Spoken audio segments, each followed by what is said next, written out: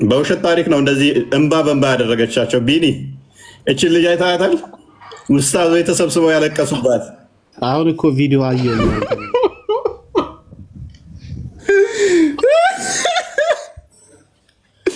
ሐዲስ ላይ እንኳን የሌለ ታሪክ በሐሰት ታሪክ የሐሰት ነው ስንላችሁ ከነ በእስልምና ታሪክ ውስጥም ተቀባይ አይደለም።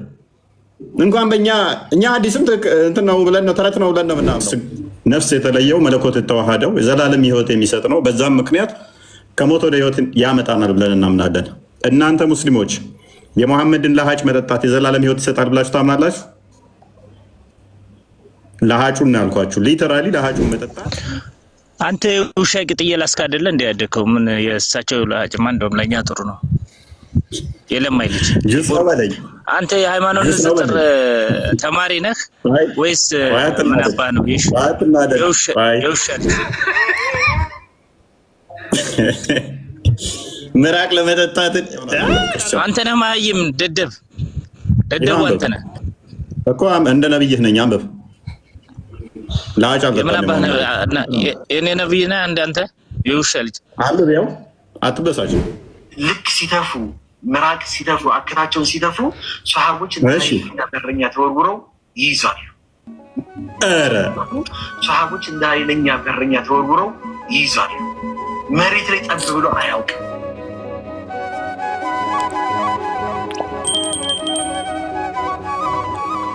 ሰላም ብያለሁ ማማዬ። እስከዛ ያ ቪዲዮ ይሄ ነው እንግዲህ። ልጅቷ ምንድነው የሙሐመድን ሰዎች እንዴት እንደሚወዱት አይነት ነገር እየተናገረች ነው። ታሪኩ የምር ተፈጥሯል ወይስ አልተፈጠረም የሚለውን በነገራችን ላይ ቼክ ያደረገች እንኳን አይመስለኝም። ቀጥታ ጽፎ የሰጧት ነው። ጽፎ ብቻ ሰጧት፣ ከዛ በኋላ አቀረበች ማለት ነው። እንግዲህ ጽፎ ሊሰጣት የሚችለው ማነው? ኡስታዞቻቸው ሼኮቻቸው ናቸው። በየሚዲያው የሚናገሩት የሌለ ተረት ተረት የተፈጠረ የሚናገሩትና ትንሽ ያዳምጡትና እኛ የተወሰነ እንልበትና እንትን እንላለን ማለት ነው። እነ ሙሐመድ ረሱሉላህ ወአሽሀዱ እነ ሙሐመድ ረሱሉላህ የሚለው ቃል ጋር ሲደርስ ይቃተላለቀው አንተ ራስህ ካልተራነቀም። ልጅቷ በነገራችን ላይ ለቅሷ የምር ስለሚመስል ብዙ ሰዎች እርግጠኛ ነኝ ይህን ሰምቶ ያዝናሉ። ያ ቪዲዮን የነሱን አድርጋው ሰዎቹ ሲያለቅሱ እኮ በጣም ነው የሚያሳየው። ቲቪ ቻናል ላይ ሚዲያ ላይ ትላልቅ ሚዲያዎች ላይ ነው የሚተላለፉት እነዚህ የነበሩ ፕሮግራሞች። በሚገርም ሁኔታ ኡስታዞች በተሰበሰቡበት ሼኮች በተሰበሰቡበት ነው እነሱን ነው ስታስለቅስ የነበረውና which is really amazing።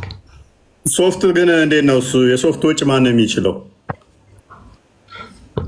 በሌለ ታሪክ ቢላል አዛን ሲል ሙሐመድ ሞቶ በቃ እንባ በእንባ ሆኑ። አልቻለም፣ አዛኑን አቋረጠው። ውሸት ውሸት ውሸታም አንቺ ውሸታም ና ፊት ለፊት አድርገው ታሪኩን እኔማ ላስነብባቸው ነበር። ቆይ አንድም ሐዲስ የለም። ይሄ ቁርአን ላይ የለም። ታሪኩ ቁርአን ላይ ሊኖር አይችልም። ቡኻሪ ላይ የለም፣ ሙስሊም ላይ የለም፣ አናሳይ ላይ የለም፣ አቡ ዳውድ ላይ የለም፣ ተርሚዚ ላይ የለም፣ ኢብን መጃ ላይ የለም። የውሸት ታሪክ በቴሌቪዥን ፕሮግራሞች ላይ እንዳለ ኡስታዞች ቀርበው ያለቀሱበት ታሪክ ውሸት ነው። ቁርጣችሁ ልንገራችሁ፣ ውሸት ነው፣ ውሸት ነው። 80,000 ሼር ላይክ ያደረጉት ይሄ ቪዲዮ አሁን ቲክቶክ ላይም ተለቆ ውሸት ነው። ደሆል ኮመንት ያለቀሳችሁት በታሪክ ውሸት ነው።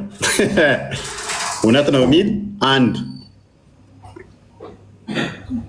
ከቡኻሪ ከሙስሊም አናሳይ አቡ ዳውድ ኢብን መጃ አንድ መረጃ አንጡልኝ። ውሸታም እናንተ ውሸታም። በሌላ ቪዲዮ ደግሞ 67,000 ሰው አይቶታል። ያቸው እኚህ ሰውዬ ሲያሳዝኑ አቀርቅረው ሀዘን ተቀምጠዋል።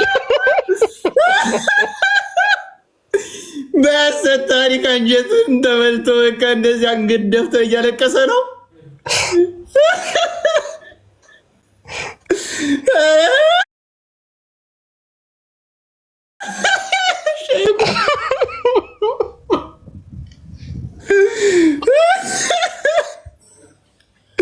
ሐዲስ ላይ እንኳን የሌለ ታሪክ በሐሰት ታሪክ የሐሰት ነው ስንላችሁ ከነ በእስልምና ታሪክ ውስጥም ተቀባይ አይደለም። እንኳን እኛ ሐዲስም እንትን ነው ብለን ነው ተረት ነው ብለን ነው ምናምነው። ኢቭን በሙስሊሞች ዘንድ ተቀባይ አይደለም። ይሄ መረጃው ውሸት ነው። ራሳቸው ስኮላሮቹም እንደሚሉት ትናንት የተፈጠረ ታሪክ ነው። አንገደፉ እኮ እንዳለ ትልልቅ አንተ ሽማግሌዎቹ ሼኮች እርግጠኛ ነኝ በታሪኩ አለም ያለእሱት በልይቷ ነው እያለቀሱ ያሉት። ወጣት በሆን ኖሮ እኮ ነበርኩ ምጣብሰ አስተያየቱ ነው።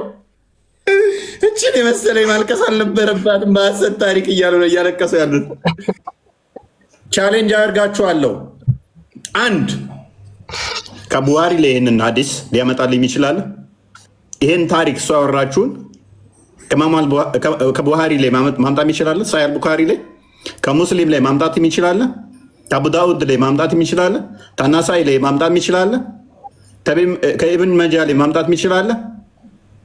የለም ታሪኩ ሙሐመድ ከሞተ ከ600 ምናምን በኋላ የተፈበረከ ምናምን ሐሰት መረጃ ነው። ጭንቅላትን እያሽ ለእኔም አልፋለች። በቃ ይህንን ታሪክ የነገረችን እንዲህ አንጀት ምበለዋለች። ውሸትም ቢሆንም እንኳን እሷ ማልቀስ አልነበረባትም፣ እሷ ማዘን አልነበረባትም። በዚች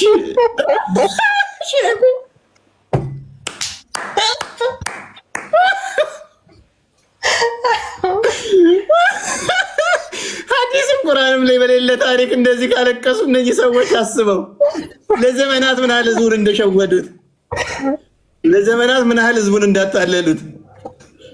ሐዲስ ላይ የለም ታሪኩ። ሐዲስ ላይ እንኳን የለም፣ እንኳን ቁርአን ላይ ሐዲስ ላይ የለም ታሪኩ። ህዝቡን በእንባ ታሪክ እየፈጠሩ ተረት እየነገሩ ምን ያህል እንዳስለቀሱት። አንተ ትልቅ የሚዲያ ላይ እኮ ነው ደግሞ። ወይኔ ወይኔ አወነት በሐሰት እንደዚህ ያስለቅሳሉ። አንዳለ እኮ የሚያለቅሱት የቴሌቪዥን ፕሮግራሙ ላይ እንዳለ አልቅሰዋል። እንደገና ደግሞ በቲክቶኩም። ኤኒዌይስ ታሪኩን መልሳቸው፣ ወደ ታሪኩ ውሰዳቸው። ታሪኩ ምን እንደሆነ እናሳያችሁ። እንዳልኳችሁ ከቡሃሪ ማምጣት አይችሉም፣ ከሙስሊም ማምጣት አይችሉም፣ ከአቡ ዳውድ ማምጣት አይችሉም፣ ከሱናን አናሳኢ ማምጣት አይችሉም፣ ከኢብን መጃ ማምጣት አይችሉም። ታሪኩ ታሪክ ላይ ነው ያለው፣ ሲራዎች ላይ ነው ያለው። ውሸት ነው። እሱ ውሸት እንደሆነ ከራሳቸው መረጃ እንስጣችሁ። ሙርሳል ነው፣ ቅጥፈት ነው፣ የተፈበረከ ነው።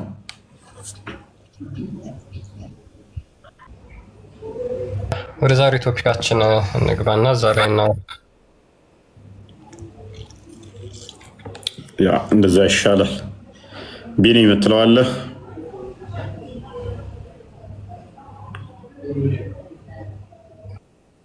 ያው እስልምና ያለ ውሸት ስለማይቆም ሁሉ ጊዜ በውሸት መቆሙ ሁሌ ይገርመኛል። ግን መሐመድ መሞቱስ ምንድነው ይሄን ያህል የሚያስደቅሰው? እሱ ዘላለማዊ አይደለም፣ አምልኮተ መሐመድ ነው። ባይዘው አሁንም እያነሱ ስለ መሐመድ ሞት ማልቀስ እና እንትን ማለት አንድ ሌላ መሐመድን አይሞትም ወይም ዘላለማዊ ነው ብሎ እንደማለት ነው። የሚሞት እንደሆነ ይታወቃልና ያው ይያዛል ከአምልኮተ መሐመድ ጋር እና ልባቸው ውስጥ የተሰነቀረው መሐመድ ከአላህ በላይ ማለት ነው።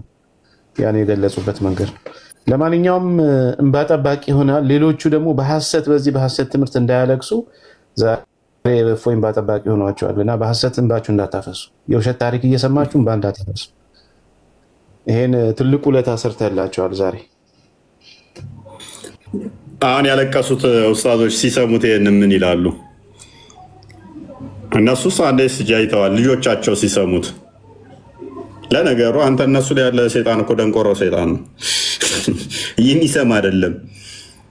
እንኳን ነግረኸው ወቅተኸው የሚሰማ ሰይጣን አይደለም የተጠናወታቸው። የምር ድንቁር ያለ ይህ ትውልድ በሳንጃ ቂጡን ብንወጋው ራሱ አይሰማም እንዳለው መንግስቱ። እነሱ ላይ ያለ ሰይጣን በጦር ብወጋው ራሱ ቢሰማ አይመስለኝም። አጀዝቧቸዋል። ይመጣና እናንተ ክርስቲያኖ ቀጣፊ ናችሁ ምናምን ሊል ይችላል። በቃ በተረት ተረት አይምሯቸውን እንዳለ አጥበዋቸዋል። ደሆል ብሬን ወሽድ ተደርገው ስላደጉ ምንም በቃ የሆነ ነገር ይነግሯቸዋል፣ ያስለቅሷቸዋል። ለአላህ እኮ ያለቅሱም፣ ባይዘይ ለመሐመድ ነው ያለቅሱት። አምልኮተ መሐመድ የተጠናወታቸው ስለሆኑ ከዛ በኋላ በቃ ምንም ነገር ስነግራቸው አንተ የምነግራቸው ተወል ውሸት ነው፣ የእነሱ ታሪክ ደግሞ እውነት ነው። እንዲህ በመረጃ አምጥተህ ስታፈርሰው ስቲል ደንዝዘው ነው ያሉት እዛ ውስጥ። በጣም መንፈሱ በጣም ከባድ ነው። ባይዘ የእስልምና አጋንንታዊ መንፈስ እንዲቀላል እንዳይመስላችሁ። ድንቁር ያለ ደነቆረ መንፈስ ነው የተጠናወታቸው።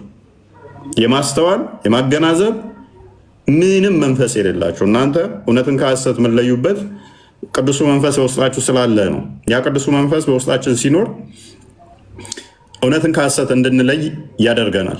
እነሱ ጋር የተጠናወታቸው መንፈስ ግን እውነትን ከሐሰት እንኳን ሚዛናዊ ሆነው የሚለዩበት የላቸው።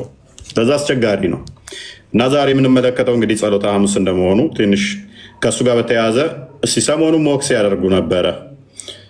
የጌታን ራት መሰረት በማድረግ ሞክ ሲያደርጉ ነበረ እና እኛ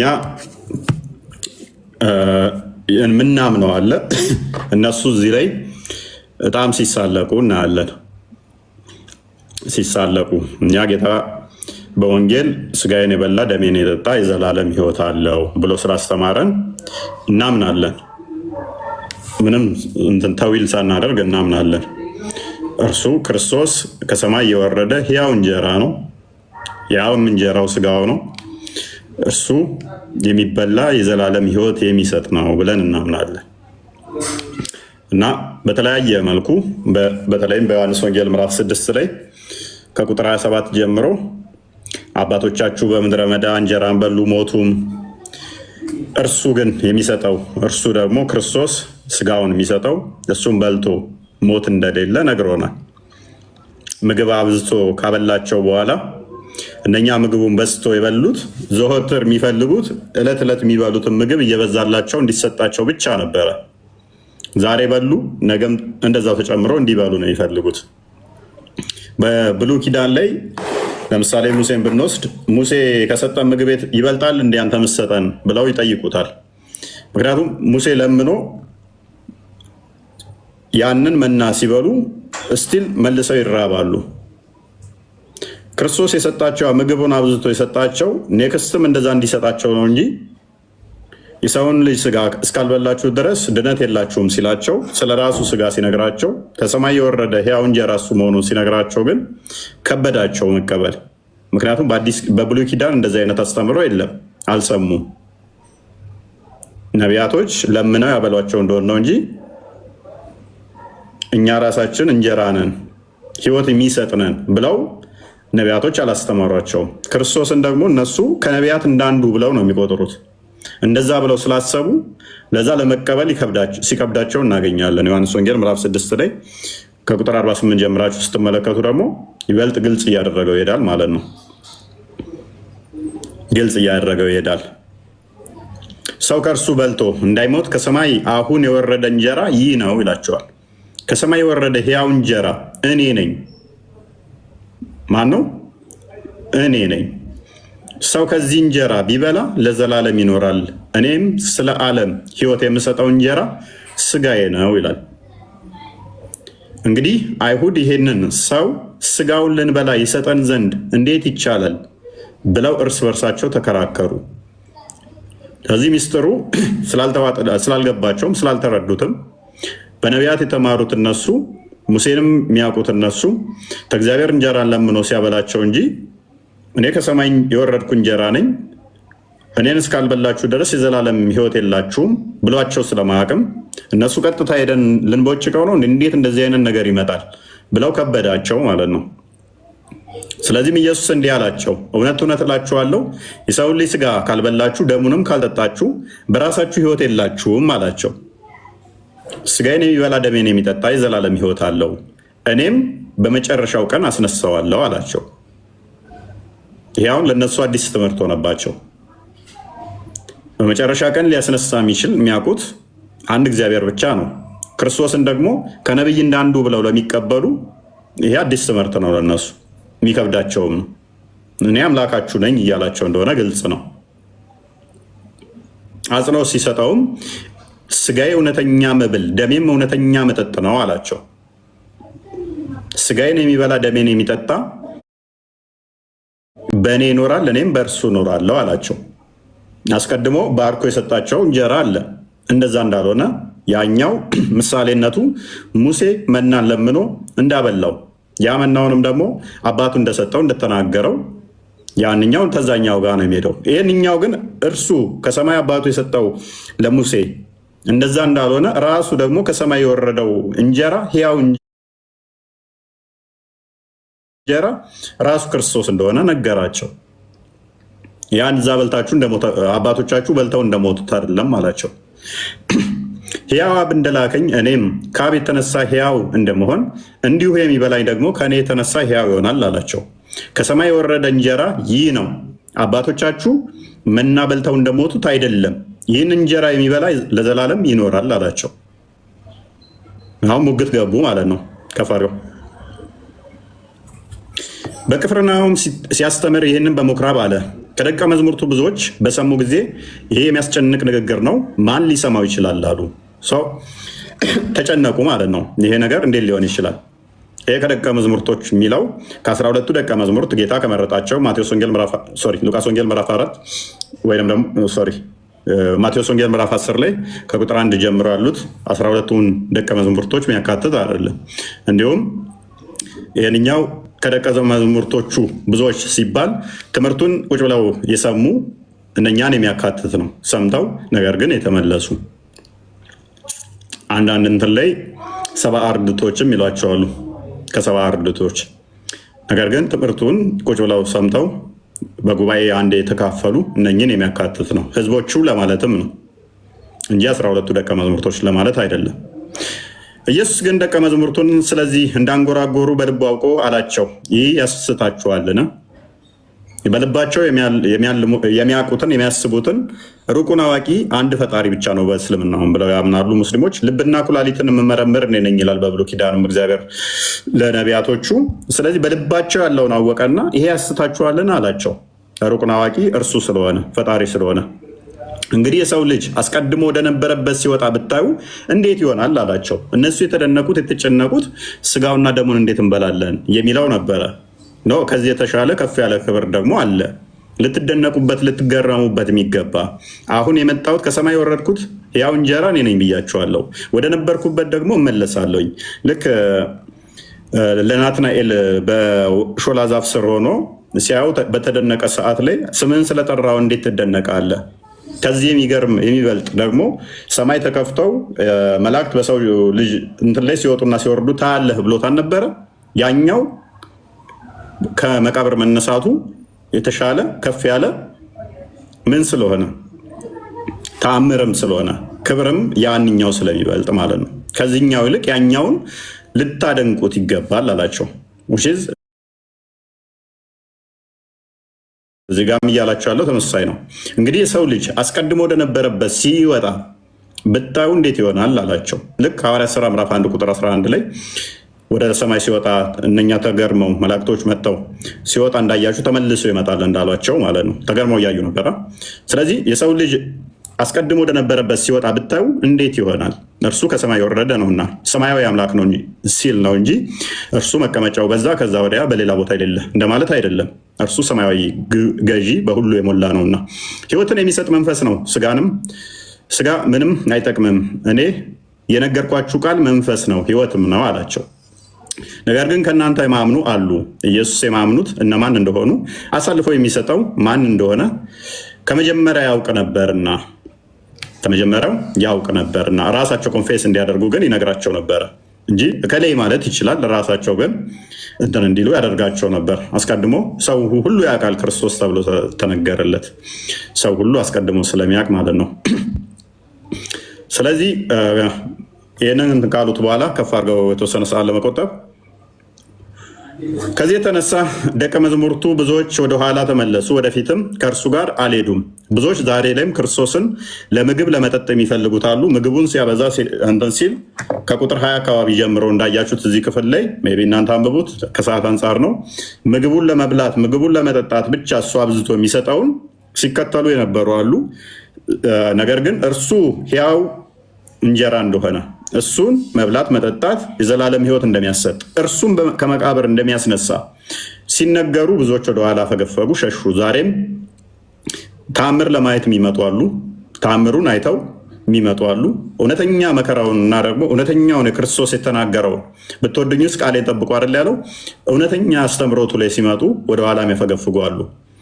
ከዛስ ክርስቶስ ምን አላቸው? ኖ በቃ ሕያው እንጀራ እኔ ነኝ ብያችሁ ነበረ፣ ግዴታ እኔን መብላት መጠጣት አለባችሁ ብዬ ነበር። ኖ በቃ እሱን ልተወውና ዝም ብዬ ምድራዊ እንጀራ እያበዛው ላቆያችሁ አለ።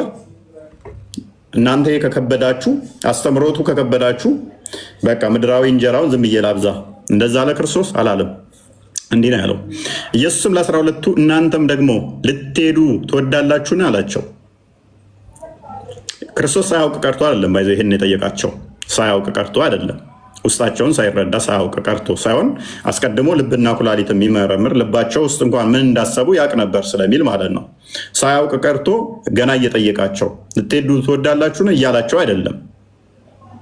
ራሳቸው እንዲመሰክሩት፣ ራሳቸው በውስጣቸው እሱ የሚያውቀውን እንዲናገሩት፣ ለህዝቡ አውጥተው እንዲመሰክሩት፣ እንዲያስተምሩት ነው እንጂ አስቀድሞ በልባቸው በሰው ሁሉ ያለውን ያውቃል ብሎ ስለጀመረ ክፍሉም ማለት ነው እንጂ ማያውቅ ሆኖ ገና ከነሱ ለመረዳት ትሄዳላችሁ ጥላችሁኝ ወይንስ አትሄዱ እያለ እየጠየቃቸው አይደለም። ስምዖን ጴጥሮስ ጌታ ሆይ ወደ ማን እንሄዳለን? አንተ የዘላለም ሕይወት ቃል አለህ ይላል። ቃል አለህ አለው ይላል። ስለዚህ ስምዖን ጴጥሮስ ምን አለ? ጌታ ሆይ ወደ ማን እንሄዳለን? አንተ የዘላለም ሕይወት ቃል አለ። ሉክ አስቀድሞ ስምዖን ጴጥሮስ ምዕራፍ 16 ከቁጥር 13 እስከ 20 ድረስ ማቴዎስ ወንጌል ላይ እኔ ማን ነኝ ብሎ በጠየቃቸው ሰዓት ላይ ማለትም ሰዎች የሰውን ልጅ ማን ብለው ይሉታል ብሎ በጠየቃቸው ሰዓት ላይ አንዳንዶቹ ኤልያስ፣ አንዳንዶቹ ኤርሚያስ፣ አንዳንዶቹ መጥምቁ ዮሐንስ፣ አንዳንዶቹ ከነቢያት አንዳንዱ ነህ ይሉሃል ብለው ሲመልሱለት እናንተስ ማን ትሉኛላችሁ ብሎ በጠየቃቸው ሰዓት ላይ አንተ የሕያው የእግዚአብሔር ልጅ ነህ ብሎ ጴጥሮስ መልሶ ነበረ። ስለዚህ ምን አለው አሁን ጴጥሮስ? ምን አለ ጴጥሮስ? ጴጥሮስ ጌታ ሆይ ወደ ማን እንሄዳለን? አንተ የዘላለም ሕይወት ቃል አለህ ብሎ መለሰ። ይህም ብቻ ብሎም አላቆመም። እኛስ አንተ ክርስቶስ የሕያው የእግዚአብሔር ልጅ እንደሆንክ አምነናል አውቀናልን ብሎ መለሰለት።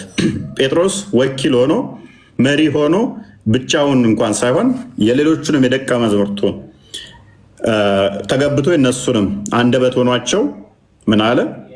እኛ ወዴት እንሄዳለን ከአንተ? ማንህና አንተ የሕያው እግዚአብሔር ልጅ እንደሆንክ አምነናል አውቀናልን ብሎ መለሰ ማለት ነው። ስለዚህ ይሄ በጸሎተ ሐሙስ ላይ የተካሄደ ታሪክ አለ ከስጋ ወደሙ ጋር በተያያዘ ዮሐንስ ወንጌል ምዕራፍ 13 ላይ የሚገኘው ታሪክ። ይህንን ብለው የመሰከሩለት ጌታችን መድኃኒታችን ኢየሱስ ክርስቶስ በጸሎተ ሐሙስ ላይ ምዕራፍ 13 ላይ እግራቸውን አጥቦ ያደረገውን እናስታውሳለን። ዛሬ እግር መታጠብ በቤተክርስቲያን ውስጥ አለ አይደለም? ከእሱ ጋር የተያያዘ ቁጥር 13 ላይ ጀምሮ ከቁጥር 12 እንደዚህ አካባቢ ጀምሮ ቀጥልሽ አንቦ ከቁጥር 1 ጀምሮ ላንብብላቸው። ሜይ ቢ ቶሎ ቶሎ ታሪኩን በደንብ ያገኙት ማለት ነው። የዮሐንስ ወንጌል ምዕራፍ 13 ከቁጥር 1 ጀምሮ እንደዚህ ይላል። ኢየሱስም ከፋሲካ በዓል በፊት ከዚህ ዓለም ወደ አብ የሚሄድበት ሰዓት እንደደረሰ አውቆ በዚህ ዓለም ያሉትን ወገኖቹን የወደዳቸውን እስከ መጨረሻ ወደዳቸው። እራትም ሲበሉ ዲያብሎስ በስምዖን ልጅ ባስቆሮቱ ይሁዳ ልብ አሳልፎ እንዲሰጠው አሳብ ካገባ በኋላ ኢየሱስ አብ ሁሉም በእጁ እንደሰጠው ከእግዚአብሔርም እንደወጣ ወደ እግዚአብሔርም እንዲሄድ አውቆ ከእራት ተነሳ፣ ልብሱንም አኖረ፣ ማበሻም ጨርቅ ወስዶ ታጠቀ። በኋላም በመታጠቢያው ውሃ ጨመረ፣ የደቀ መዛሙርቱንም እግር ሊያጥብና በታጠቀበትም ማበሻ ጨርቅ ሊያብስ ጀመረ። ወደ ስምዖን ጴጥሮስም መጣ። እርሱም ጌታ ሆይ አንተ የኔን እግር ታጥባለህን? አለው። ኢየሱስም መልሶ እኔ የማደርገውን አንተ አሁን አታውቅም፣ በኋላ ግን ታስተውለዋለህ አለው። ጴጥሮስም የእኔን እግር ለዘላለም አታጥብም አለው። ኢየሱስም ካላጠብኩ ከእኔ ጋር ዕድል የለህም ብሎ መለሰለት። ስምዖን ጴጥሮስም ጌታ ሆይ እጄንና ራሴን ደግሞ እንጂ እግሬን ብቻ አይደለም አለው። ኢየሱስም የታጠበ እግሩን ከመታጠብ በቀር ሌላ አያስፈልገውም፣ ሁለንተናው ግን ንጹሕ ነው። እናንተም ንጹሐን ናችሁ፣ ነገር ግን ሁላችሁ አይደላችሁም አለው። አሳልፎ የሚሰጠውን ያውቅ ነበርና ስለዚህ ሁላችሁ ንጹሐን አይደላችሁም አለው። እግራቸውንም አጥቦ ልብሱንም አንስቶ ዳግመኛ ተቀመጠ። እንዲህም አላቸው፣ ያደረግኩላችሁን ታስተውላላችሁን? እናንተ መምህርና ጌታ ትሉኛላችሁ፣ እንዲሁ ነኝና መልካም ትላላችሁ። እንግዲህ እኔ ጌታና መምህር ስሆን እግራችሁን ካጠብኩ እናንተ ደግሞ እርስ በራሳችሁ እግራችሁን ትተጣጠቡ ዘንድ ይገባችኋል። እኔ ለእናንተ እንዳደረግኩት እናንተ ደግሞ ታደርጉ ዘንድ ምሳሌ ሰጥቻችኋለሁና ብሎ ክርስቶስ ኢየሱስ በትህትና ትሁቱ ጌታችን እኔ በልቤ ትሁት ነኝ ብሎ የለ የማቴዎስ ወንጌል ምዕራፍ 10 ላይ በትህትና የባሪዎቹን እግር ጎንበስ ብሎ አጥበዋል ማለት ነው።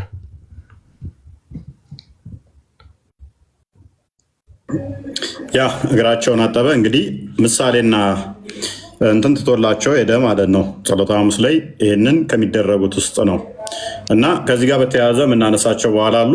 አንዴ ማቴዎስ ወንጌል ምዕራፍ 26 ላይ ያለውን ታሪክ እናየውና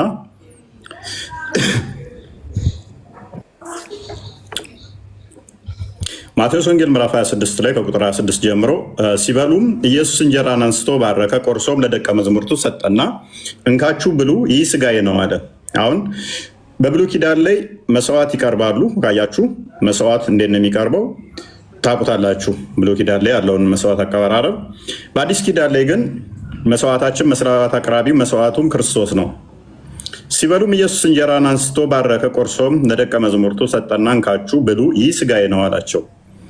ጽዋንም አንስቶ አመስግኖ ሰጣቸው፣ እንዲህም አለ፣ ሁላችሁ ከእርሱ ጠጡ፣ ስለ ብዙዎች ለኃጢአት ይቅርታ የሚፈስ የአዲስ ኪዳን ደሜ ይሄ ነው አላቸው።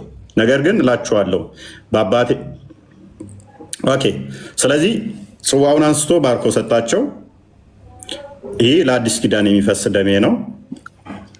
ህብስቱንም አንስቶ ባርኮ ሰጣቸው። ይህ ስለ እናንተ የሚቆረስ ስጋዬ ነው አላቸው። ስለዚህ ስጋው እውነተኛ መብል ነው፣ ደሙም እውነተኛ መጠጥ ነው፣ አማናዊ ነው ብለን ነው የምናምነው። ይሄንን እናምናለን ማለት ነው። የትኛውም የፍጡር ደም እኛን በቤዛነት ከሞት ወደ ህይወት አላመጣ ነው። የትኛውም የፍጡር ደም ከሞት ወደ ህይወት አላመጣ ነው። ስለዚህ ስጋና ደሙ መለኮት የተዋሃደው ነፍስ የተለየው ነው። ምን በላው መለኮት የተዋሃደው ስጋ ነፍስ የተለየው እሱ ከየትኛውም ፍጡር ስጋ ጋር የሚመሳሰል አይደለም። የትኛውም የፍጡር ስጋም ደግሞ ነፍስ ወይንም ደም በቤዛነት አላዳነንም። ከሞት ወደ ህይወት የመጣ ነው በክርስቶስ ደም ብቻ ነው። ሞቱን በሞቱ የሻረልን በእርሱ ደም ነው የታረቅነው። ስለዚህ ስጋዬን የሚበላ ደሜን የሚጠጣ የዘላለም ህይወት አለው ሲል የበግ ወይንም የፍየል ወይንም የጫልቱንና የቦንቱን ወይንም ያበበና የገብረ መድንን ስጋና ደም በመብላት አይደለም።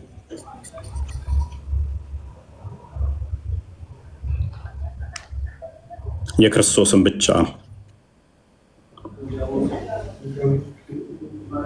ህይወትን የምናገኝበት ዘላለማዊ ህይወት የሚሰጠን የእርሱ ስጋና ደም ብቻ ነው።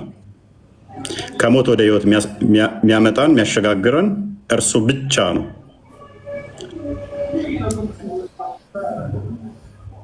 ህብስቱ እንዴት ነው የሚዘጋጀው? በቤተክርስቲያናችን ውስጥ የራሱ የሆነ ሂደቶች አሉት። በቤተልሔም ይዘጋጃል። ከዛ ወደ መቅደስ እንዴት ይገባል? ያው ክርስቶስ አስቀድሞ በቤተልሔም ተወለደ አይደለ? እሱም መሰረት አድርጎ ወደ ቤተ መቅደስ እንዴት ይገባል? እሱ ታሪክ እንትን አለው ማለት ነው። ከምንድን ነው የሚዘጋጀው? ከስንዴ ነው የሚዘጋጀው። አይ ቲንክ መዝሙረ ዳዊት ምዕራፍ 4 ቁጥር 7 ቼክ አድርገው። ዘፍጥረት ምዕራፍ 14 ቁጥር 18 ቼክ አድርገው። 14:18 የሳሌም ንጉሥ መልከጸዴቅ እንጀራንና የወይን ጠጅን አወጣ፣ እርሱም የልዑል እግዚአብሔር ካህን ነበረ ይለዋል። ይህ ህብስቱ መልከጸዴቅ ያወጣውን ለአብርሃም ያንን የሚጠቁም ነው። አስቀድሞ በብሉይ ኪዳን መልከጸዴቅ የክርስቶስ ምሳሌ ነው አይደለ? ዕብራውያን ምዕራፍ 9 ምዕራፍ 7 ምዕራፍ 10 እነኚህን ክፍሎች ስታዋቸው ሊቀ ካህናችን ክርስቶስ ሐዋርያው ቅዱስ ጳውሎስ በዕብራውያን መልእክቱ ላይ ጥሩ አድርጎ ያስቀምጠዋል። የዕብራውያንን እንትን በደንብ አድርጎ ያስቀምጠዋል። ስለዚህ ይሄ መልከጸዴቅ እንጀራንና የወይን ጠጅን አወጣ ይላል አይደለ? አዲስ ኪዳን ላይ ስትመጡ ክርስቶስ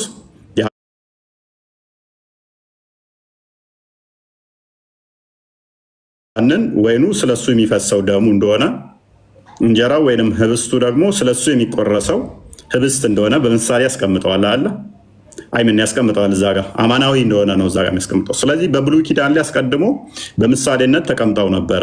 ምክንያቱም ብሉይ ኪዳን ለአዲስ ኪዳን ሊመጣ ላለው አካል ጥላ ነበርና፣ በር ነው ብሉይ ኪዳን አይደለ? መግቢያ ነው ለአዲስ ኪዳኑ፣ ለዋናው ለአካሉ ሊመጣ ላለው ምልክት ስለሆነ ጥላ ስለሆነ፣ ስለዚህ መልከጸዴቅ እዛ ያቀረበው አዲስ ኪዳን ለሚመጣው ለዋናው ለአካሉ ለክርስቶስ አስቀድሞ በምሳሌነት የተቀመጠ ነበረ። መዝሙር 4:7 አንድ ቼክ አድርገው።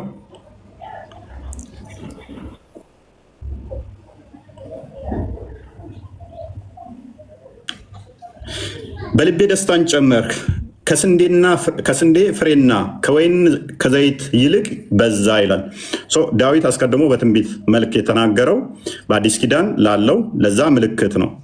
ስንዴው የሚዘጋጀው በጣም ዝም ብሎ ስንዴ አይደለም፣ ወይም ከስለት ከወጣ ስንዴ የሚዘጋጅ ነው። ስጋው ህብስቱ የሚዘጋጀው ዝም ብሎ ተገባ ተገዝቶ ነገር አይደለም። የሚዘጋጀው በጣም ንጹህ ቅዱስ ከሆኑ ወይም ደግሞ ከተመረጡ ክርስቲያኖች ወይም ደግሞ ቤተክርስቲያን የራሷ የስንዴ የምታመርት ከሆነ ከዛ ነው የሚዘጋጀው። ህብስቱ የሚዘጋጀው ቤተክርስቲያን ራሷ ከምትዘራው ስንዴ ነው። ምንም ቆሻሻ ምንም የተሰረቀ ከወንጀለኛ ምናምን አትቀበልም ቤተክርስቲያን። ለሚሰጠው ለሚዘጋጀው ስጋው ደግሞ ለሚዘጋጀው ተማንም ቀማኛ ምናምን ተቀብላ የምታዘጋጀው አይደለም። ጥንቃቄዎች ይካሄዳሉ በዚህ ላይ ማለት ነው።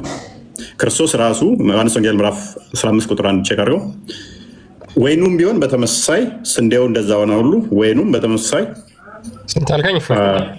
15:1 ወይኑም በተመሳሳይ ቤተክርስቲያን ወይ የምታዘጋጀው ወይንም ደግሞ ከተመረጡ 15:1 ከተመረጡ ዮሐንስ ከተመረጡ ክርስቲያኖች ብቻ የሚዘጋጅ ነው። ወይኑም ቢሆን እንደዛ ማለት ነው። ክርስቶስ ራሱ ምን ይላል? እኔ ወይን ግንድ እኔ ነኝ፣ ገበሬውም አባቴ ነው ይላል አለ። እነኚህ በምሳሌነት ስንዴንና ወይንን ደጋግሞ ክርስቶስ በምሳሌነት ይጠቀማቸዋልም። ያንን መሰረት ባደረገ ነው። ስለዚህ ስጋው ደሙን ስንቀበል አማናዊ እውነተኛ ነው ብለንም ነው የምንቀበለው። መለኮት የተዋሃደው እንዴት የሚለው በስጋ ሕሊና በማይመረመር መንፈሳዊ በሆነ ሁኔታ ነፍስ የተለየው መለኮት የተዋሃደው ህይወት የሚሰጥ ብለን አምነን ነው የምንቀበለው። ይህን አምነን ነው የምንቀበለው ማለት ነው። ስለዚህ ክርስቶስ ይህንን አስተምሮናል፣ ይህንን ነግሮናል። ይህንን ደግሞ አምነን ያለምንም ጥርጣሬ እንቀበላለን። ስጋው ደሙ ዘላለማዊ ህይወት ይሰጣል ብለን አምነን እንቀበላለን። ምክንያቱም የተናገረው እሱ አምላካችን ነውና ጌታችን ነውና። ስለዚህ ይህንን አምነን ስንቀበልና ስናደርግ ያለምንም ጥርጣሬ ነው ያለምንም ጥርጣሬ ዘላለም ህይወት እንደሚሰጠን አምነን ነው። ምክንያቱም እርሱ ስለነገረን ደግሞም አስነሳዋለሁ ስላለን፣ ይህ የሚያደርግ ስጋን የሚበላ ደሜን የሚጠጣ እኔ አስነሳዋለሁ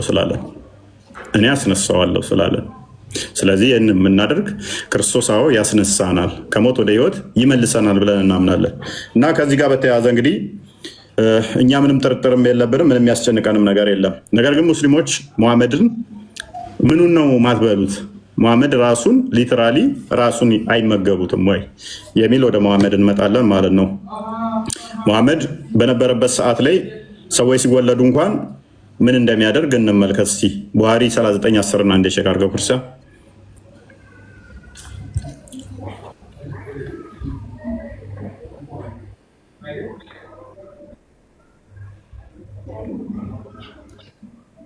ይህንን እንግዲህ እንደ ከባድ አስተምሮ አድርገው ሰሞኑን ማለትም በቃ ዘግናኝ ምናምን ነገር አድርገው ሲያስቀምጡት ስለተመለከትናቸው ነው። አምላካችንን እንደ ፍጡር አይምሮ አምላካቸውን ስለሚያስቡት ይመስለኛል። ጋይድ አንብቦ ይሄን ሐዲስ ላንብብላችሁ። ሳሂህ አል-ቡኻሪ 39:10 ላይ አይሻ እንደተረከችው ይላል the first child who was born in the Islamic land መዲና አማንግ ዘ ኢሚግራንት ወዝ አብደላ ቢን አዙበይር። ከስደተኞች ውስጥ በመዲና ውስጥ የተወለደ የመጀመሪያው ሙስሊም አብደላ ቢን ዙበይር ነበር አለች። they brought him to the prophet ከዛ በኋላ እንደተወለደ ወደ ነብዩ አመጡት። the prophet took a date and after chewing it put into a juice in his mouth ከዛ በኋላ ሙሐመድ የቴምር ፍሬ አኘከና በዛ ህፃን ልጅ አፍ ውስጥ ጨመረበት። so the first thing that went into the child's stomach was the saliva of the prophet የመጀመሪያው በዛ በልጁ ውስጥ የገባው ነገር ምንድን ነበር? የሙሐመድ ለሃጭ ነበር። ኦኬ የሙሐመድ ለሃጭ በአብደላ ብን ዙበይር ውስጥ የገባው ምን ሊያደርገው ነው? ድነት እንዲሰጠው ነው ወይንስ መርገም እንዲሆነው ነው? የሙሐመድ ለሃጭ አሁን ቢኖር ሙሐመድ ለሃጩን ትጠጣላችሁ ወይንስ አትጠጡም? የሙሐመድ ለሃጭ ጥቅሙ ምንድን ነው? የሙሐመድ ለሃጭ ጥቅሙ ምንድን ነው? እውነት ልመልሳለሁ እያለች ነው። ቀጥይ።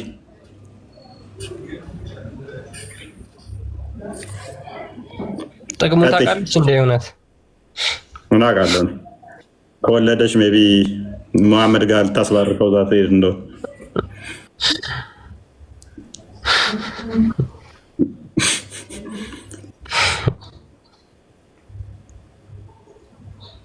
የሙሐመድ ለሃጭን መጠጣት ጥቅሙ ምንድን ነው?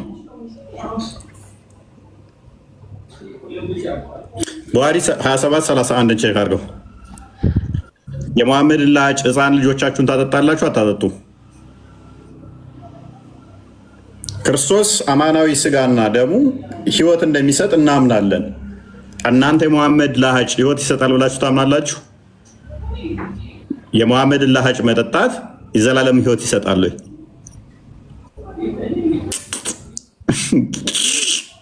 የሙሐመድ ለሃጭ መጠጣት ህይወት ይሰጣል አይሰጥም? ውዶቼ ሙስሊሞች እፎይ ለምን ነበር የሚያጠጣቸው? ለውሃ ጥም ነው ወይ ለበረከት ነው? ለመባረክ ነው? ለምንድን ነው ሙስሊሞች ይሄን ነግረው? ልጆች ስለሚጠሙ ነበር ውሃ የሚያጠጣቸው በህፃንነቱ?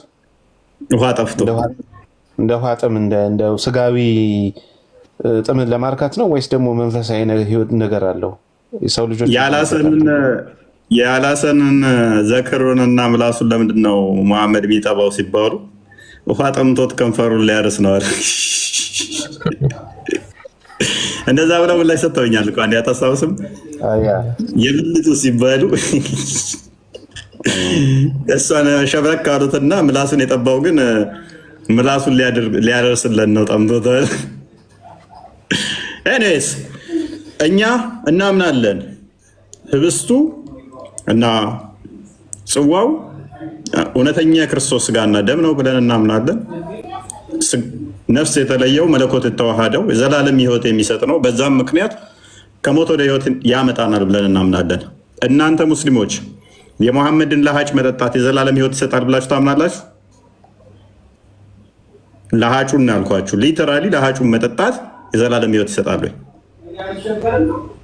እችኛዋን አዲስ ደግሞ እናንብባት ሲያብረን ጋር ክርስቲያን ይህም በተመለከተ አንድ ቪዲዮ ማሳየት እንችላለን። መጀመሪያ ላንብብላችሁ ሀዲሱን።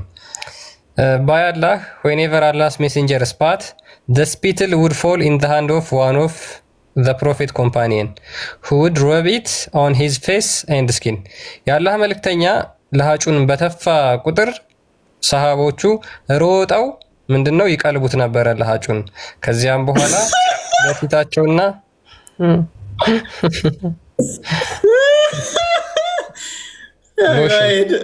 ሎሽን ነው የማሜ እንትን የመሐመድ ለአክታ ሎሽን ቅባት ነች።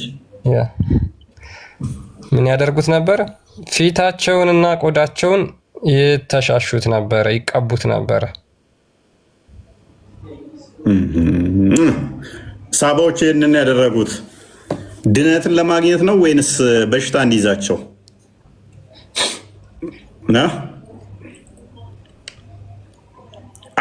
እንትፍ ሲል ሮጠው ሄደው ይይዛሉ። ከዛም ፊታቸውን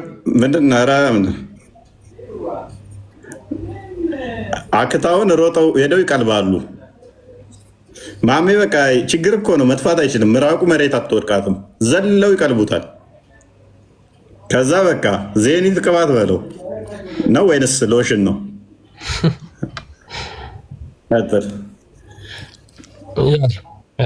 ኡስታዝ የሚናገረውን ይሄን የአሁኑ ሀዲስ ነው በእርግጥ የሚናገረው፣ ግን ትላልቆቹ እንኳን ስኮላሮች ይህን ነገር ያምኑታል። እና ምን ልታረጉ ነው ለሀጩን የምትቀቡት ነው ጥያቄው። አንድ ነገር የማይሰጣችሁ በረከት ወይም ደግሞ በረካ የማይሰጣችሁ ከሆነ ለምን ትቀቡታላችሁ ከተባለ ሙስሊሞች ይህንን ከእናንተ መልስ የምንጠብቅ ይሆናል። የአላህ መልክተኛ ዓለይሂ ሰላም ከአካላቸው በሚወጡ ነገሮች ተበሩክ ያደርጉ ነበር ሰሃቦች። ምሳሌ ከአካላቸው በሚወጡ ከአካላቸው ከሚወጡት ነገሮች አንዱ ምንድን ነው? ሰውየው ካካ ይላል አይልም? እሱ እንትን ነው፣ ጭቃ ቅባት ነው፣ ቂቤ ነው። ለዚህ እኮ ነው ሁሌም አንተ ቂጥህ ላይ ካካ አለ የሚሉት እኮ ለዚህ ነው። ነብያቸው ላይ ሁሌም እየጠረጉ ተቸግረው ነው። በመሐመድ ከሚወጣው ሰውነቱ ላይ እንዳለ ምን ይሉ ነበረ እያለ ነው። እየወሰዱ ይባረኩበት ነበረ።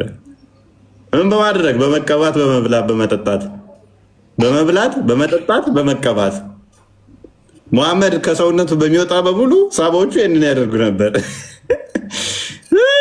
ይባረኩበት ነበር ከተባለ ድነትን አገኙ ማለት ነው። አላህ ሙስሊም ያልሆነን አይባርክም። ድነትን አገኙ ማለት ነው። በመሐመድ ካካ፣ በመሐመድ አክታ፣ በመሐመድ ቋቁታ፣ በመሐመድ ደም። ኦኬ እንሂድ። ምራቅ የአላህ መልክተኛ አይተፉም።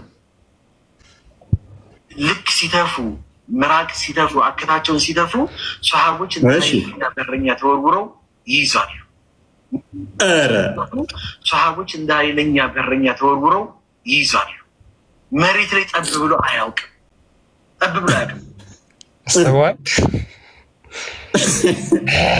ሲል ማሜ ሲል ገና እንዲህ ብለው የሚጠብቁት እንደ በረኛ ምራቅ ለመቀለል ሻሞ ልጠፋ ነው ይላል ማሜ። ገዛ ይጠብቃሉ። ዘለ ቅልብ ምራቅ ለመቅለብ ሳቦይ ተሰልፈው ይጠብቃሉ። ኧረ እሺ የሚያክላቸው የለም በረኛ። በቃ በበረኛ አሁን ማን ነው አሪፍ በረኛ? እኔ ማን አለ? እኔ አሪፍ በረኛ በፊት ማውቀው ዴቪድ ዴያን ነበረ። ከመሐመድ ሰሃቦች በላይ በረኛ የለም። ጥሩ የምራቅ የላጭ ቀላቢዎች ነበሩ። መሬት ወድቆ አያውቅም እኮ አለ እኮ። አንድ አስበዋል? ስንት ዓመት ሙሉ ምራቅ ሲቀልቡ ነው የኖሩት። እሺ ቀጥል። ያ ሰውየው ደግሞ መሐመድ ያው ሲዋክ ይጠቀማል እና ብዙ ጊዜ ሲዋክ የምጠቀም ከሆነ ደግሞ ትተፋለህ ምራቅህን ወደ ውጭ። ጢቅ ባደረገ ቁጥር አስበዋል ሲቀርብ። እስኪ እናዳምጠው። ጠብ ብሎ አያውቅም። የሚገርመው ነገር አብደላህ ብን ዙበይር ይመስለኛል ዋግምት የተደረጉበት ወይም ደግሞ ኖርማል ደማቸውን አርቀህ ድፋው ብለውት አርቆ ወስቶት በዕቃ አድርጎ መጨረሻ ላይ መጣ። ግጥም አድርጎ ጠጥቶት መጣ። ይህ ትክክለኛ ነገር ደፋኸው አሉት።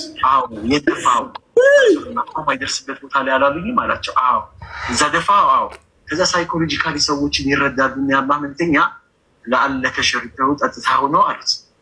ከዛ ፈራ ተባብሎ አዎ አላቸው። ምን አሉ የአላህ መልክተኛ? አሁን ደም አስሉ ምንድነው? ሐራም ነው፣ ተገቢም አይደለም። ነቢዩም አላዘዙ፣ ግን አድርጎታል። ይህ ሰውዬ የኔ ደም ከሱ ደም ጋር የተዋሃደበት የሆነ ሰው የጀሃነም ሰፋ ይልቀው። በቃ አሁን ሙስሊሞችን እንፈልጋቸዋለን። አሁን አስበው፣ ደሙ ከደሙ ጋር የተቀላቀለ ሰው ገነት ማይገባ ከሆነ ስለዚህ መሐመድ እንደመጠጣት እኮ ነው የሚጠበቅብህ። በቃ ደሙ የመሐመድ ደም ከእናንተ ጋር ከተቀላቀለ ገነት አገቡም ከተባላችሁ መጠጣት እኮ ነው። በቃ ሰውየውን አርደው እንኳን አለመብላታቸው አንተ በራሱ ጊዜ መሞቱ ራሱ ደሜ ከደሙ የተቀላቀለ ሉክ የክርስቶስን ስጋዬን የበላ ደሜን የጠጣ የዘላለም ሕይወት ያገኛል የምትለውን እንዴት ትውስት አድርገው እንደወሰዷል። እኔ ከሰማይ የወረድኩ ሕያው እንጀራ ነኝ፣ ስጋዬን የበላ ደሜን የጠጣ የዘላለም ሕይወት አለው ብሎ ሲል ይህ ሰውዬ እንዴት ነው እንደዚህ ያለን አሉ ይላል አይደለ? እነሱ ነቢያት የሚያውቁት ስጋን ለምነው መባን ለምነው ውሃውን ለምነው ጭንጫው ላይ ሲያፈልቅላቸው መባ ሲወርድላቸው እንጂ የትኛውም ነቢይ እንደዚህ ብሎ አያውቅም። ስጋውን እንድንበላ ደሙን እንድንጠጣ ያዘናልን ይለናልን ብለው ሸሹ፣ ተመለሱ ይላል።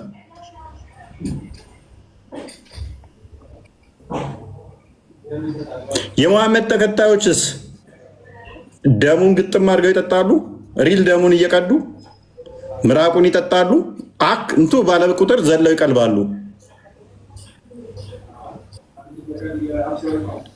ክርስቶስ ሲበሉ ሲጠጡ በማቴዎስ ወንጌል ምዕራፍ 26 ቁጥር 26 እስከ 29 ህብስቱን አነሳ፣ ባረከ፣ ቆርሶም ሰጣቸው። ይሄ ስለ እናንተ የሚቆረስ ስጋዬ ነው አላቸው። ጽዋውን አነሳ፣ ባርኮ ሰጣቸው። ይህ ስለ እናንተ የሚፈስ የአዲስ ኪዳን ደሜ ነው አላቸው። የሙሐመድ ተከታዮችስ ሙሐመድ በደማ ቁጥር ደሙን እንደ መዥገር ይጠጣሉ።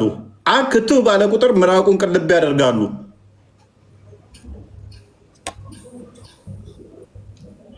ምን ገነት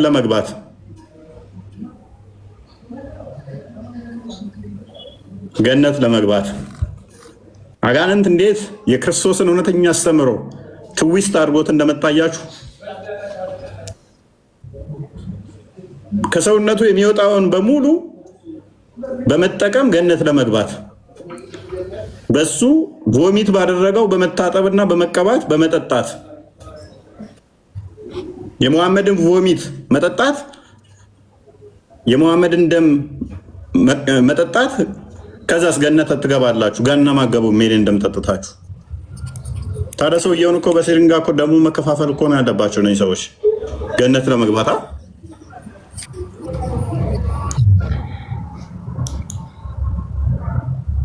እንደ መዥገር ተጣብቀው እኮ ደሙ መጠጣና ያለባቸው ማለት ነው ገሃነም ላለመግባት። የኔ ደም ከአንተ ደም ጋር ከተነካካ ገነት ነው የምገባው ከተባልክ ሊትራሊ ደሙን ስጠጣ ትኖራለህ። ከሙሐመድ የሚወጡ ነገሮች በሙሉ ገነት ይከተዋል። በእነሱ ተብሩክ ማድረግ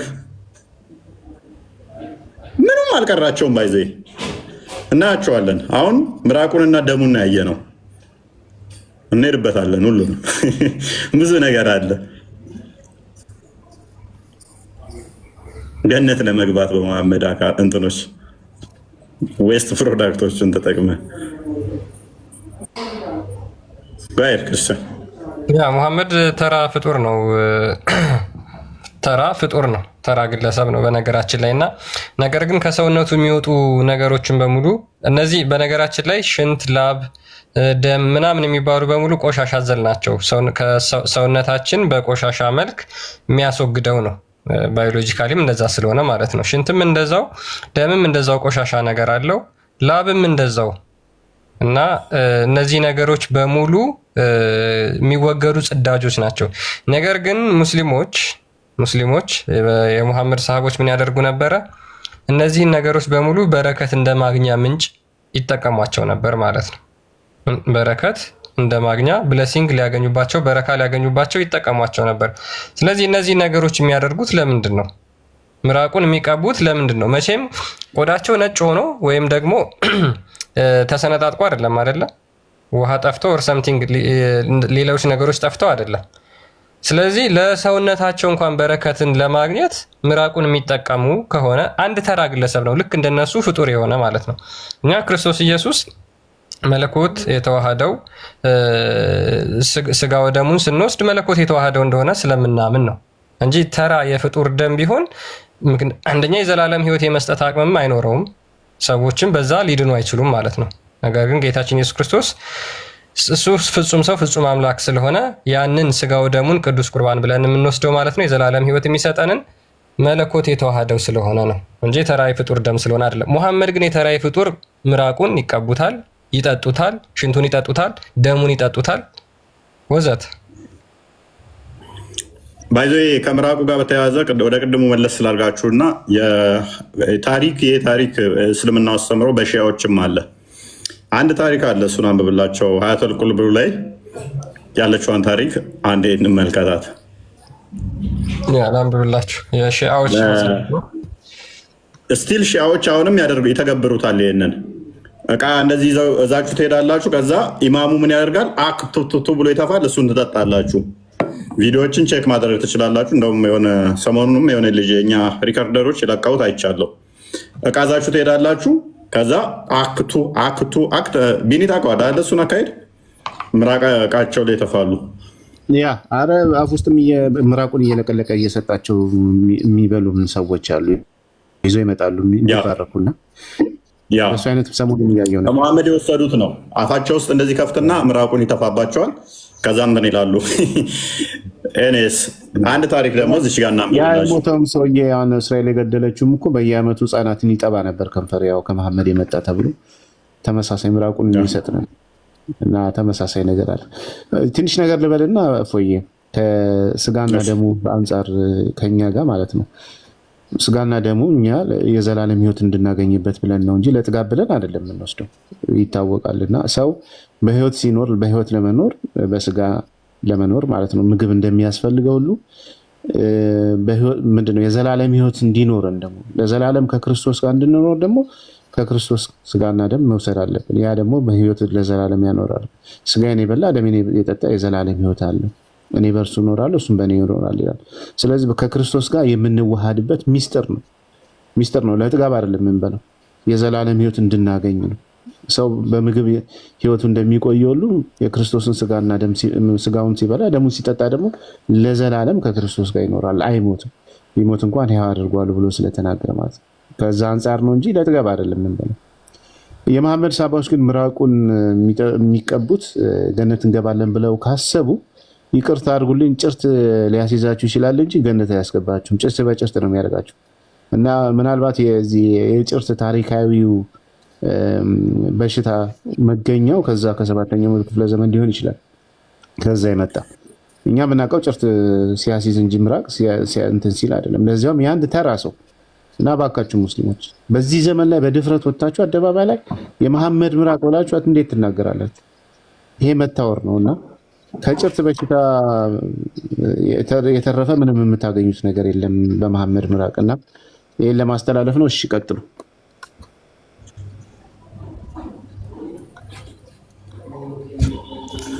ኦኬ ያ ይሄ ነገር እንግዲህ ከሙሐመድ እንዳደረገው ይታወቃል።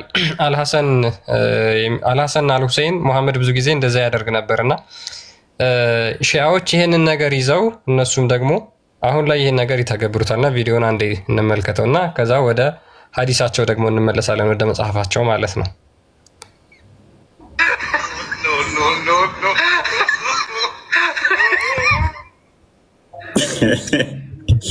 ምራቅ ለመጠጣት አራናት ወደዛ ቅዳሴ ጸበል አደረገው እኮ ስጋ በደሙኛ እንትን ይላል እያልክ ምራቅ እየሰጠ ያስባል። እነኚህ ሰዎች ናቸው እኮ እኛን አሁን እንትን የሚንቁት ደግሞ ሊተቹ የሚሞክሩት ማለት ነው። ላይቭ ከፍተው እኮ ይገባሉ። ድፍረታቸው ድፍረት ስጋው ደግሞ እናንተ ትበላላችሁ ምናምን ጸያፍ ነው ምናምን ብለው ይገባሉ። ድፍረታቸው ድፍረት ማለት ነው። እድናለሁ ብሎ ምራቅ እየጠጣ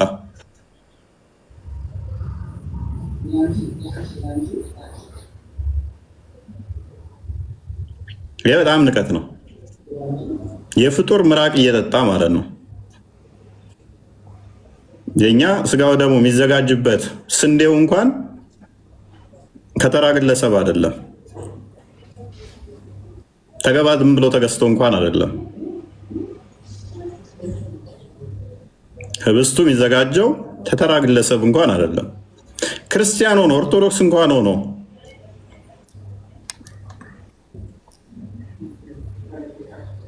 ዝም ብሎ ከኦርቶዶክስ እንኳን የሆነ አጭበርባሪ እንደዚህ ከሆነ ጥሩ ስነ ምግባር ካሌለው እሱ ቢሰጥ እንኳን ከሱ እንኳን አይዘጋጅም።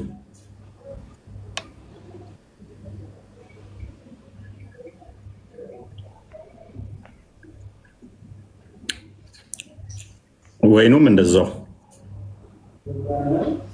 ቢቻል ሪከመንድ የሚደረገው ቤተክርስቲያን የራሷ በዚህ ጉዳይ ላይ ስንዴንም ሆነ ወይኑን ራሷ እንድታመርት ነው። ህብስትና ጽዋ የሚዘጋጅበት ራሷ እንድታመርተው ነው። እንኳን እንደዚህ እያለን ከምራቅን ሊያጠጣ ቀርቶ ኢቨን በበሬ እንኳን እህሉ እንዲወቃ አይመከርም። በእጅ ነገር እንዲወቃ ነው፣ ቆሻሻ እንዳይነካው ማለት ነው። እህሉ እንኳን ስንዴው ሲወቃ እንኳን በበሬ ከሆነ እበታቸውን እንዳይጠሉበት፣ ሽንታቸውን እንዳይሸኑበት፣ እንደዛ እንኳን ሪከመንድ አይደረግም። በእጅ በዱላ እንዲወቃ ነው የሚደረገው። ዚስ ማይ ጥንቃቄ ይደረጋል። ኛ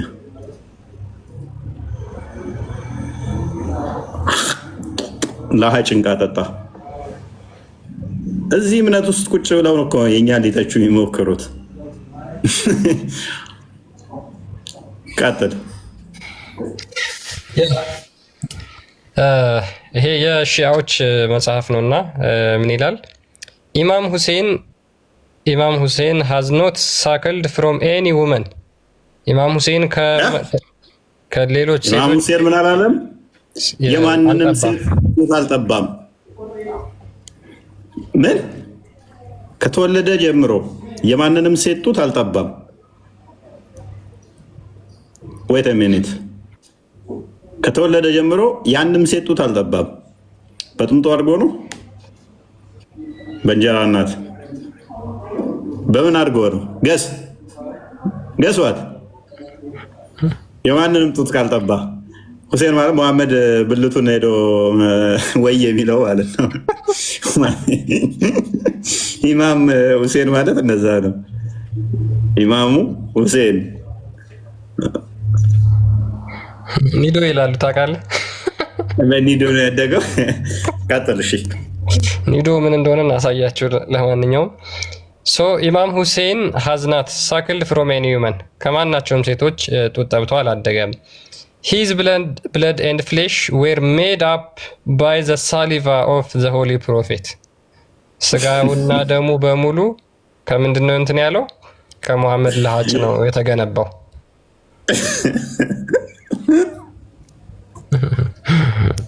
አንድ ልጅ አሳድጓል። ቢያንስ አጥብቶ ሙሐመድ አጥብቶ አንድ ልጅ አሳድጓል። ማሚ አጥቢ ነበረ። አጥቢ እንስሳት ውስጥ የሚካተት ነው። ኧረ ይመቸው። የአራድዬ ልጅ ነው።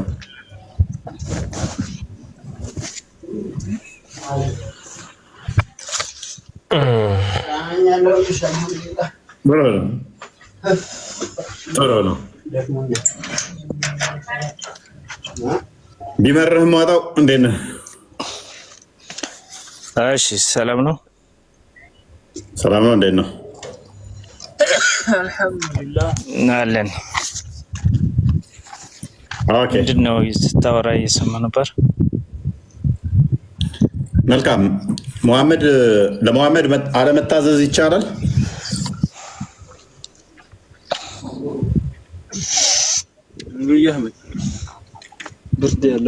አይ የእሳቸውን መስመር ተከትለን ስለምንሄድ እሳቸውን መቃወም አንችልም። ስለዚህ ሙሐመድን የነበረው ሌላ ነው። አልታዘዝም ቢሉ ከእስልምና ይወጣሉ? የሆነ ነገር አዘዋቸው እምቢ ቢሉ? ያው ህግጋትን ነው እሳቸው የሚያዙትና ሌላ ህገ ወጥ ነገር ስለማያዙ የግድ እሱን ነው የምንቀበለው። ስለዚህ ካልታዘዙ እሳ ነው ጥያቄ። ባይ ዲፎልት አልታዘዝም እንዲያርግ ብሎ ሙሐመድ አላደርግም ቢል ከእስልምና አስወጣዋል የሚል ቴንኪው። ሙሐመድ ለሀጩን ጠጡ ይል ነበረ። ስለዚህ አንጠጣም ቢሉ ሳባዎቹ ከእስልምና ይወጣሉ ማለት ነው። አንተ ውሻ ቅጥዬ ላስካደለ እንደ ያደከው ምን የእሳቸው ለሀጭማ እንደውም ለእኛ ጥሩ ነው። የለማይ ልጅ አንተ የሃይማኖት ንጽጽር ተማሪ ነህ ወይስ ምን አባ ነው? የውሻ ልጅ አንዴ ክፈትልኝ። ቡሃሪ 188 ክፈተው። ምን ብሏል? አለመታዘዝ ነው ዛሬ የጠፋው የቆሻሻ የውሻ ልጅ። ቆይ ተረጋጋ። አለመታዘዝ ከእስልምና ያወጣል ብሏል። ሙሐመድ አፉ የተጉመጠመጠበትን ጠጡ ይል ነበረ። አንጠጣም ቢሉ ከእስልምና ያወጣሉ ማለት ነው። አንብብ። አይሉም እንደዛ አይሉም። አንተ ውሸትን ልቀጥፍ ነው እዚህ የምትመጣው እንጂ እየቀጠፍክ ነው። አንብብ። የት አባህ መጣው ይሄንን? ይሄው ቡሃሪ ላይ አይሉም እንደዛ ብለው ማያውቁም አልኩ። አንብብ። እንደ አንተ ያመጣው ሐዲስ እኮ ሰው ይሁን አይሁን አታውቅም። ቡሃሪ የምታመጣው ቡሃሪ ተባልክ። ትርጉም ስህተት ነው። ትርጉሙን ታሳስታለህ አንተ። አረበኛ አትችልም። አረበኛ ትችላለህ እንዴ? አንብብ። እሳቸው በእንግሊዝኛ አውርተው ያውቃሉ? እሳቸው መሀይም ናቸው። እንግሊዝኛ አይችሉም። አረበኛውን አድርገለት ክርስቲያን። አንተ ነህ መሀይም፣ ደደብ አንተ ነህ እኮ። እንደ ነብይህ ነኝ። አንብብ። ላጫ የኔ ነብይ ነህ እንደ አንተ የውሻ ልጅ። አንብብ። ያው አትበሳጭ።